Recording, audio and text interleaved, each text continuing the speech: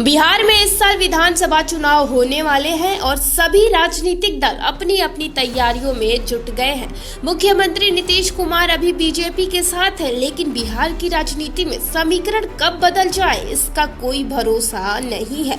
इस बीच विपक्ष के नेता तेजस्वी यादव ने प्रधानमंत्री नरेंद्र मोदी की बिहार यात्रा से पहले 15 सवाल की एक सूची जारी कर बीजेपी को घेरा है। तेजस्वी यादव ने इन सवालों के जरिए बीजेपी सरकार की नीतियों पर सवाल उठाए हैं। पहला सवाल यह है कि 2022 तक किसानों की आय दोगुनी करने का वादा किया गया था, लेकिन 2025 आ गया और किसान महंगाई और बेरोजगारी से जूझ रहे हैं।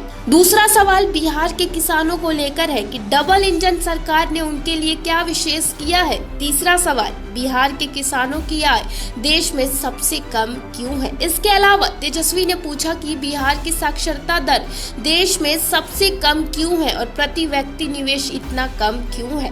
केंद्र के PM Shri mega textile park योजना के तहत बिहार को टेक्सटाइल पार्क क्यों नहीं दिया गया। बिहार में एनडीए के 20 वर्षों के शासन के बावजूद गरीबी और बेरोजगारी चरम पर क्यों है।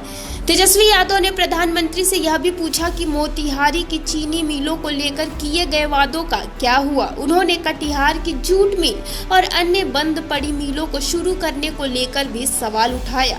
इसके अलावा उन्होंने रेलवे और सेना में भर्ती को लेकर भी सवाल किए, जिसमें अग्निवीर योजना के बाद नौकरियों में कटौती का मुद्दा शामिल है। तेजस्वी यादव ने यह भी पूछा कि बिहार सरकार द्वारा पारित 65% आरक्षण को संविधान की 9वीं अनुसूची में क्यों नहीं जोड़ा गया।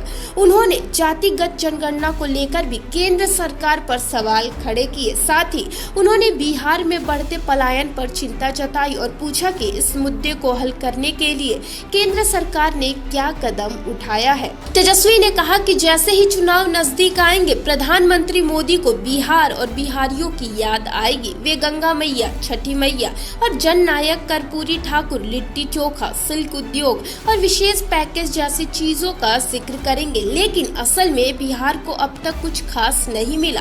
तेजस्वी यादव लगातार बिहार का दौरा कर रहे हैं और जनता से संपर्क साध रहे हैं।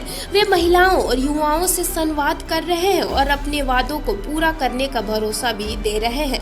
अब देखना यह होगा कि प्रधानमंत्री नरेंद्र मोदी तेजस्वी यादव के इन 15 सवालों का जवाब कब और कैसे देते हैं।